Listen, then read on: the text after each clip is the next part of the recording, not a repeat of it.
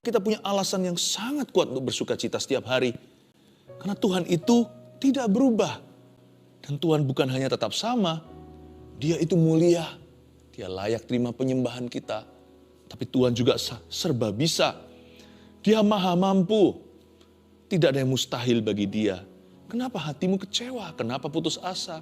Mengapa downcast? Mengapa jiwamu berat? Kenapa berkeluh kesah? Sudah matikah Tuhan? Tuhan hidup selama-lamanya. Berarti ada harapan. Ada hari esok buat orang yang bergembira karena Tuhan. Selalu di depan sana ada rancangan damai sejahtera bukan kecelakaan. Memberimu masa depan penuh pengharapan. Alasan yang kuat untuk bersuka cita itulah firman Tuhan. Mari kita sama-sama membuka Mazmur pasal 5 ayat 8 sampai 13. Dengan judul alasan yang kuat untuk bersuka cita. Saya baca. Tetapi aku berkat kasih setiamu yang besar. Kata Daud, aku akan masuk ke dalam rumahmu, sujud menyembah ke arah baitmu yang kudus.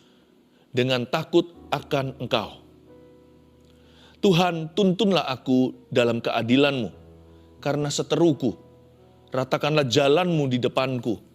Sebab perkataan mereka tidak ada yang jujur. Batin mereka penuh kebusukan. Kerongkongan mereka seperti kubur terenganga. Lidah mereka merayu-rayu. Biarlah mereka menanggung kesalahan mereka ya Allah. Biarlah mereka jatuh karena rancangannya sendiri. Buanglah mereka karena banyaknya pelanggaran mereka. Sebab mereka memberontak terhadap engkau. Tetapi semua orang yang berlindung padamu akan bersuka cita. Mereka akan bersorak-sorai selama-lamanya karena engkau menaungi mereka. Dan karena engkau akan bersukaria orang-orang yang mengasihi namamu. Sebab engkaulah yang memberkati orang benar ya Tuhan. Engkau memagari dia dengan anugerahmu seperti perisai. Waktu saya baca ayat-ayat ini ya, ada satu impresi bahwa kita tidak perlu yang namanya good luck. Orang Kristen, anak Tuhan tidak perlu keberuntungan. Karena kita punya a good God. Kita punya Allah yang baik. Kebajikan dan kemurahan itu bukan lagi kemungkinan, tapi kepastian. Jangan tunggu sampai kita melihat mujizat dan berkat, baru mulut kita mengoceh pujian. Bahkan sebelum itu kecaplah dan lihatlah, mulut harus dibuka, lidah bibir harus didengungkan. Terpujilah nama Tuhan, besar kasih setiamu, ya Allahku. Sebab Tuhan baik, bahwasanya untuk selama-lamanya kasih setianya. Ini bukan bicara tentang PAW atau praise and worship. Ini bicara tentang sikap hati yang bertekad bulat untuk memuji Tuhan no matter what. Apapun terjadi dalam hidup ini, kita harus bersyukur dulu di depan. Bayar di depan dulu syukur itu. Syukur itu bukan di belakang. Kalau di belakang itu namanya aji mumpung. Kalau kita mau bersyukur itu, dahulukan Tuhan. Tuhan di tempat pertama. Mujizat berkat itu boleh jadi, boleh tidak, boleh datang sekarang atau nanti. Itu gak pengaruhi syukur dan pujian. Karena Tuhan itu udah layak dari dulunya. Dari sononya, dari dahulu kala. Dari alfa hingga omega. Dari terbit matahari sampai pada terbenamnya. Biar nama Tuhan dipuji. Ada alasan yang kuat untuk bersuka cita. Karena Tuhan itu memang layak untuk terima pujian dan penyembahan kita. Gak usah tunggu pengalaman hidup kita. Apakah membenarkannya. Apakah meneguhkan pujian itu layak diberikan.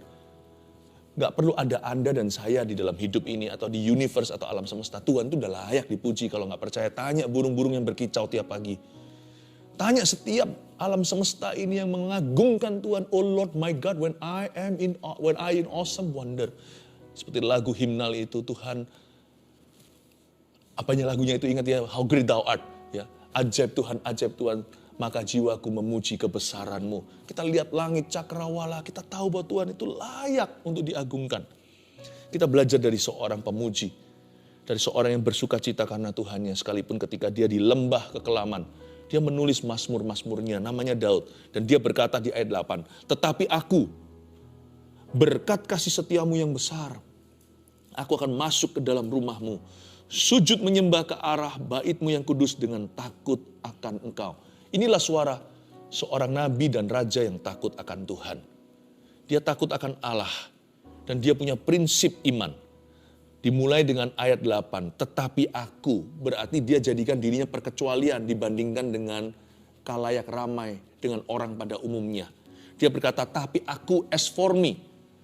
Aku punya pilihan sendiri, tetapi aku berkat kasih setiamu yang besar. Aku akan masuk ke dalam rumahmu. Ngapain dia masuk ke rumah Tuhan? Sujud menyembah ke arah bait-Mu yang kudus. Kita harus punya prinsip. Hari-hari ini, di zaman akhir, yakni zaman Edan, lebih susah orang itu untuk berpaut pada Tuhan.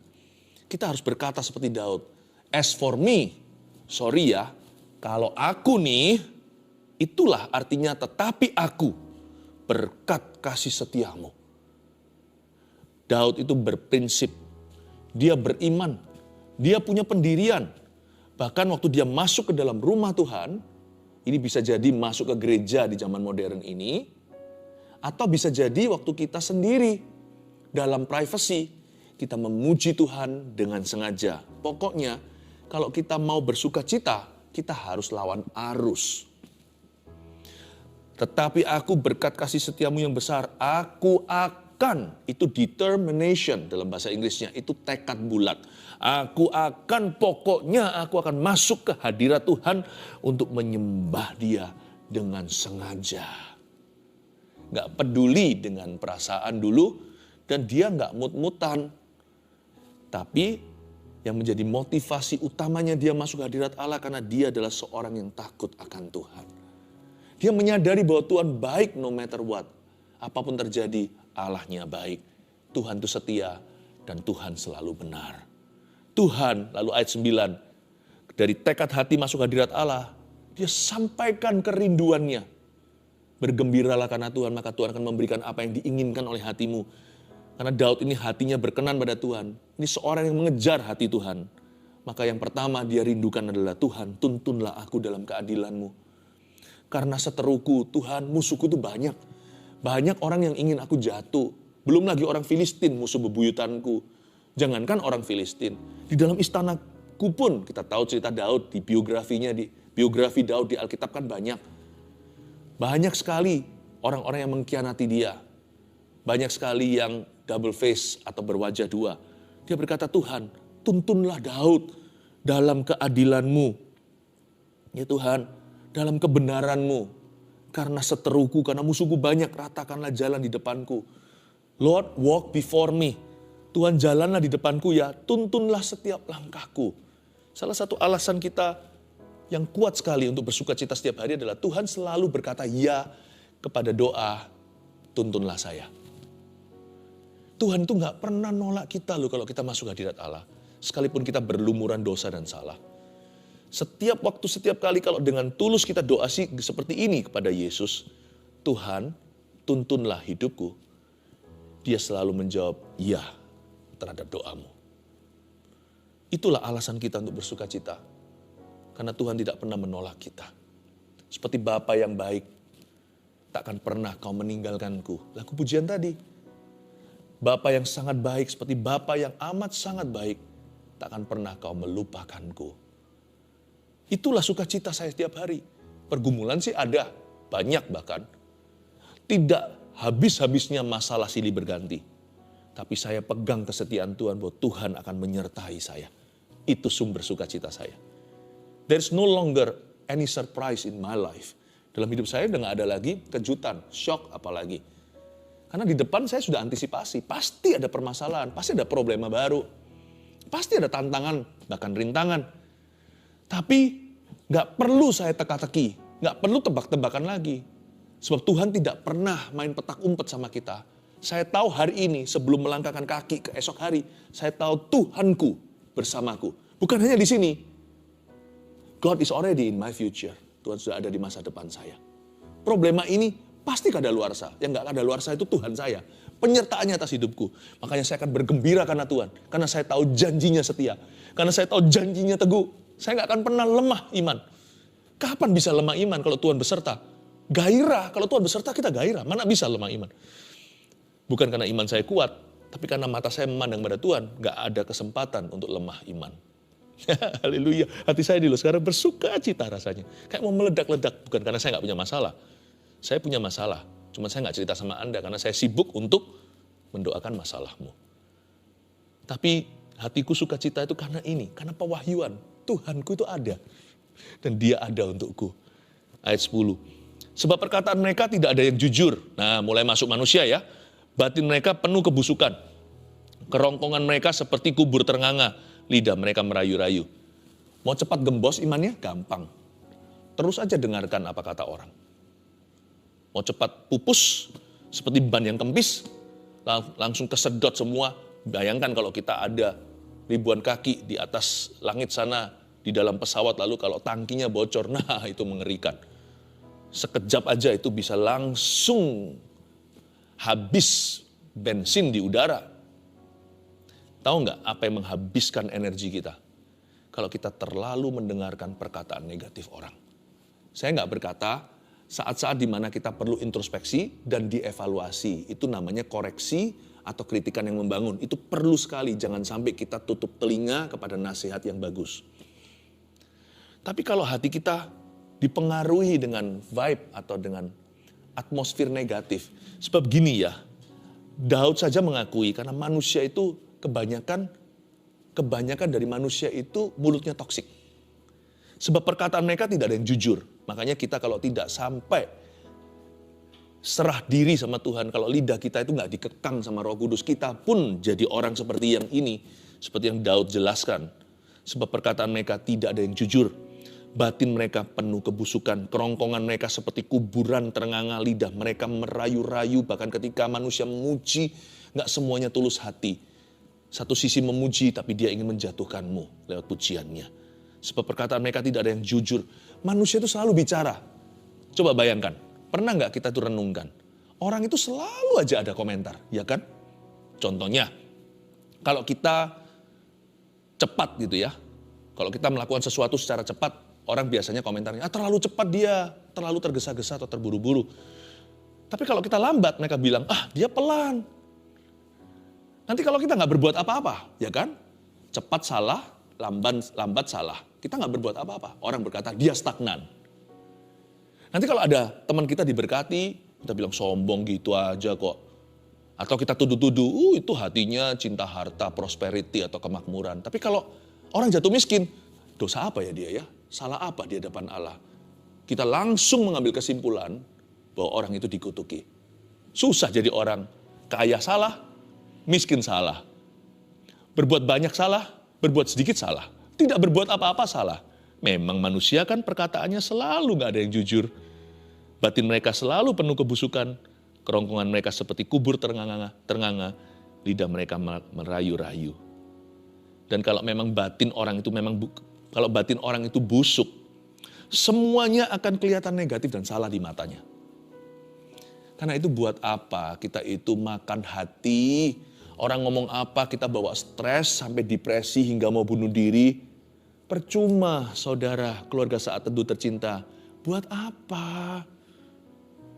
Makanya Daud berkata di sini, alasanku untuk bersukacita bukan pujian manusia, penerimaan atau pengakuan orang.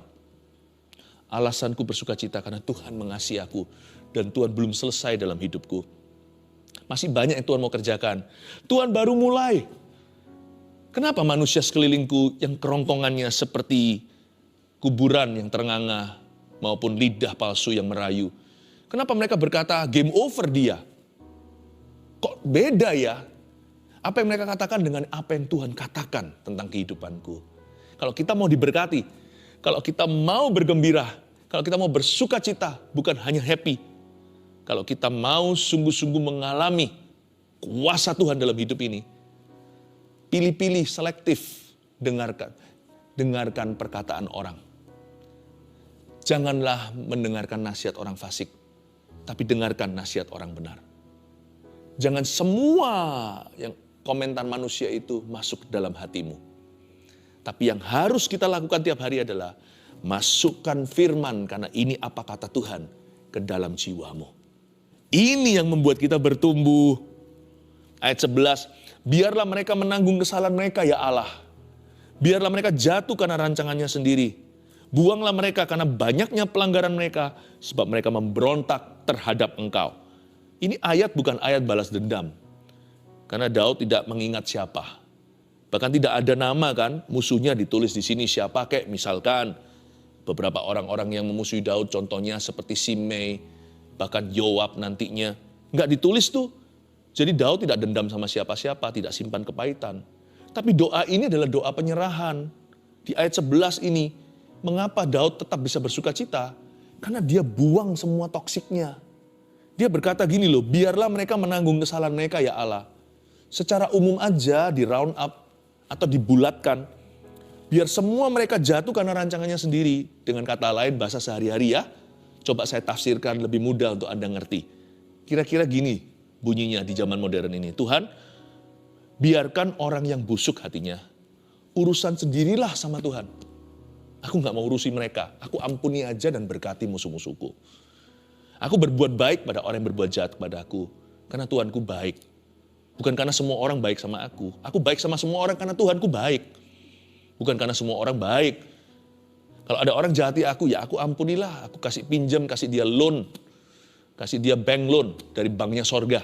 Aku ini sudah berlebihan, melimpah-limpah dengan kasih karunia, kasih setia. Apa salahnya pinjaman beberapa ke musuhku? Udahlah, cuma-cuma ku beri apa yang cuma-cuma ku terima. Tapi Daud berkata gini, sudah gak usah saya pikirilah. Ngapain hati ini sampai kesel-kesel, sampai bete, sampai galau atau sampai gelisah. Biar orang yang busuk hatinya dan juga mulutnya urusan sendiri dengan Tuhan. Itu bukan urusanku. Aku tidak disuruh Tuhan untuk mengubah semua orang kok. Aku disuruh Tuhan menjaga hati saja dengan segala waspada. Pastikan sukacitaku dan damai sejahteraku tidak tercuri. Indah ya Mazmur ini. Ayat 12. Saya kasih lagi sukacita-sukacita, alasannya apa. Tetapi semua orang yang berlindung padamu akan bersukacita, itu dia. Tuhan itu perlindungan, makanya itu kita bersukacita. Aku tahu Tuhan itu lindungi aku kok. Tuhan gak benci aku. Tuhan tahu aku gak sempurna dari dulunya. Waktu Yesus mati di Kalvari, harusnya sudah tahu kan. Kalau saya ini gak sempurna, saya ini produk faulty. Saya ini produk yang cacat celah. Kalau Yesus berani adopsi saya, Yesus akan all the way sepanjang perjalanan itu akan membentuk dan menyempurnakan. Kenapa Tuhan harus benci saya hari ini karena saya nggak sempurna atau nggak perfect? Dia udah tahu dari Golgota. I'm on the way, you see. Saya OTW. Dan Tuhan tahu itu. Asal hari ini saya tetap bergembira karena Tuhan. Saya cari wajahnya. Saya responi suaranya. Never a game over for me. Nggak pernah yang namanya game over hari ini. Mereka akan bersorak-sorai selama-lamanya karena Engkau menaungi mereka. Lihat itu. Inilah berkat Tuhan. Tuhan itu menaungi kita. Dan karena Engkau akan bersukaria orang-orang yang mengasihi namamu. Sebab Engkaulah yang memberkati orang benar ya Tuhan. Udah, berkatku datang dari Tuhan kok. Orang bisa benci kita, orang bisa ngomong apa, orang bisa berbuat yang tidak adil terhadap kita, menzolimi dan sebagainya. Nggak apa-apa. My blessing doesn't come from them. My blessing comes from Him. Berkatku datang dari Dia. Sebab Engkaulah yang memberkati orang benar ya Tuhan. Tugas saya adalah jadi orang benar. Tugas, bagian Tuhan adalah memberkati. Itu urusan Tuhan, Tuhan gak usah digurui. Tuhan ngerti kok gimana memberkati orang benar dan membela mereka. Bahkan gak hanya membela, Engkau memagari dia dengan anugerahmu seperti perisai. Gak hanya dibela, dipagari sama Tuhan. Pagar. Wow, luar biasa ya. Saya tunjukkan di sini ya alasan-alasan untuk bersuka cita tadi. Coba saya lihat ayat 12 lagi dikata Engkau menaungi mereka. Itu kan in His shadow, in your shadow. Engkau menaungi mereka seperti induk ayam dengan sayapnya menaungi anak ayamnya. Berarti musuh gak bisa lihat kita dong. Kita jadi dalam bahasa Inggrisnya invisible. Kalau kita dinaungi Tuhan. Tapi gak hanya itu. Di kalimat terakhir daripada pembahasan kita hari ini. Engkau memagari dia dengan anugerahmu seperti perisai. Kalau tadi in His shadow. Sekarang dipagari itu berarti musuh tidak bisa jamah kita. Kalau dalam naungannya musuh nggak bisa lihat kita. Di belakang pagarnya, di balik perisainya, musuh nggak bisa jamah kita. Cannot touch us. Bukan invisible, di pagar itu berarti invincible. Kita kebal. Mau diapain dan sebagainya. Berapa orang di sini sekarang takut, nanti kalau saya diguna-guna gimana dan sebagainya. Anda nggak buka celah, nggak bisa itu. Kutuk pun perlu alasan untuk mendarat.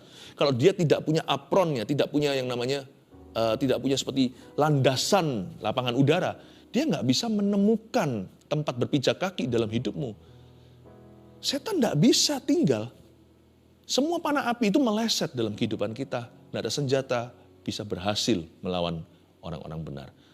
Kalau kita nggak buka celah, kalau kita nggak serahkan percaya kita lewat superstisi atau apa, kalau kita hidup di dalam titah-titahnya, apalagi hati kita bergembira karena Tuhan, mana bisa kita itu mau bahasanya, santet, guna-guna dan sebagainya. Atau kita itu dikutuki sama mulut orang, kadang-kadang sayangnya di beberapa keluarga, mulut orang tuanya sendiri yang mengutuki anak-anaknya. Nggak mempan, asal Anda tetap hormat sama mereka. Anda tetap lakukan bagian Anda sebagai orang benar, jangan takut dikucilkan. If God is for us, who can be against us? Kalau Tuhan di pihak kita, siapa lawan kita?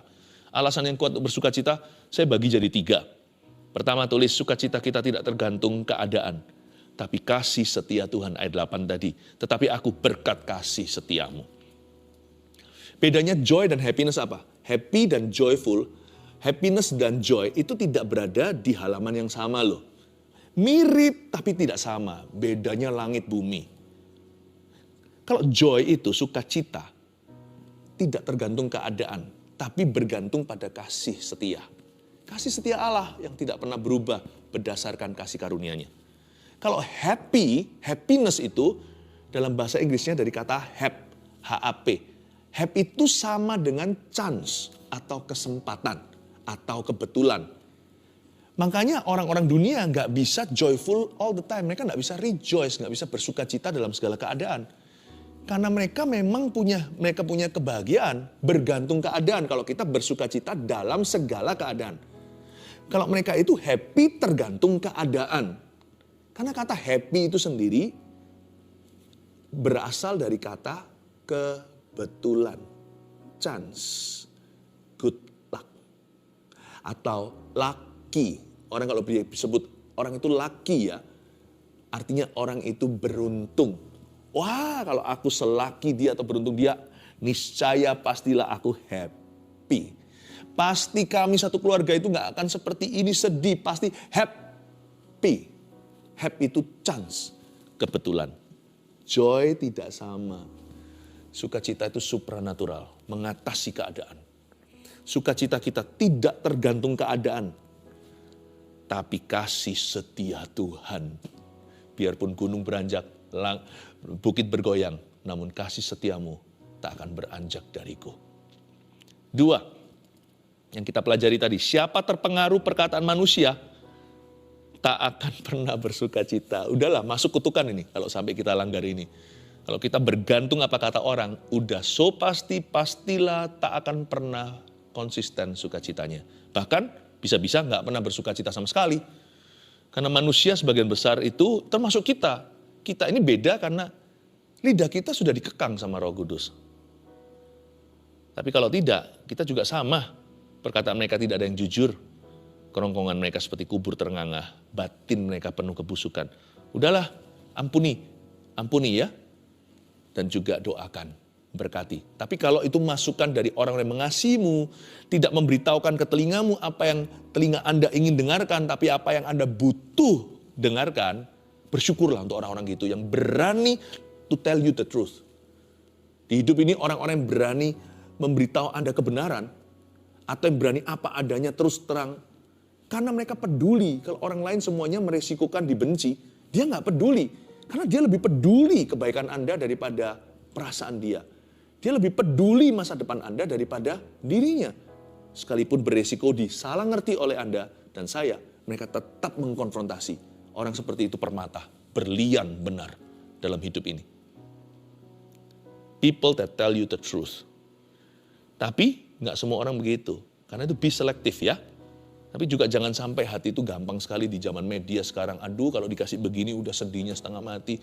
Di negara-negara tertentu, tuh khususnya anak-anak muda, komentar miring atau bullying secara verbal atau secara tulisan saja di sosmed itu. Ada juga yang bunuh diri loh sayangnya.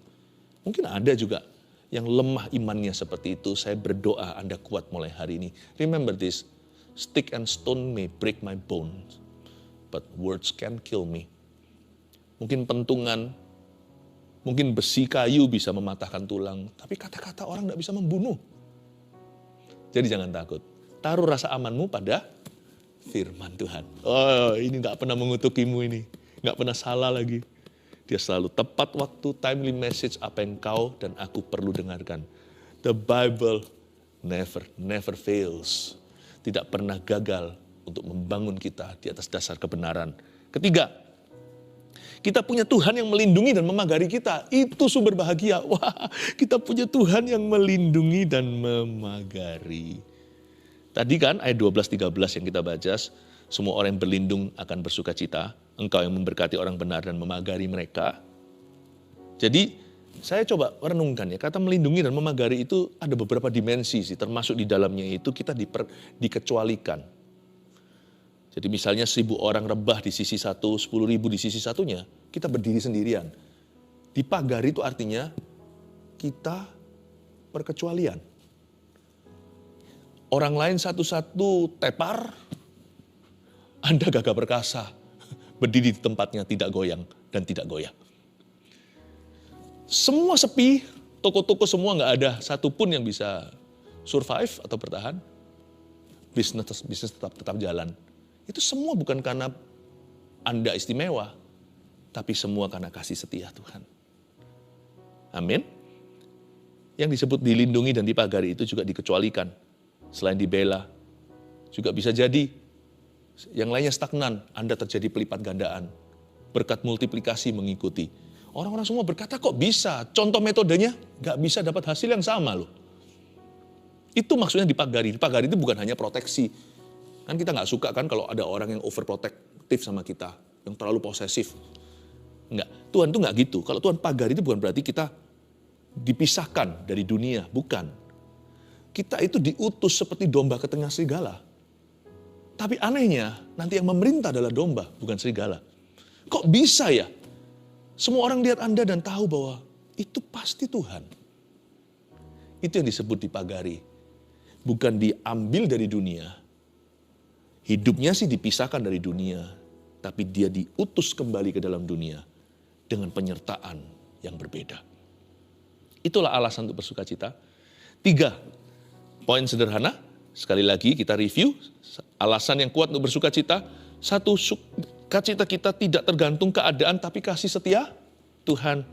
2, siapa terpengaruh perkataan manusia tak akan pernah bersuka cita. Camkanlah. 3, kita punya Tuhan yang melindungi dan memagari kita.